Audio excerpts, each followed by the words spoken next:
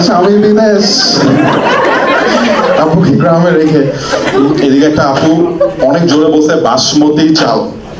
আপু thank you Nazrul ভাই একজন রাউন্ড অফ অ্যাপ্লজ সবাই আই মিন কাচ্চি নজরুল ভাই কাচ্চি তো আপনি লাইক শিখতেছেন বেস্ট এখন কি আপনি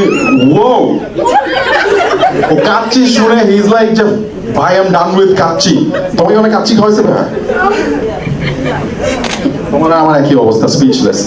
এনিওয়ে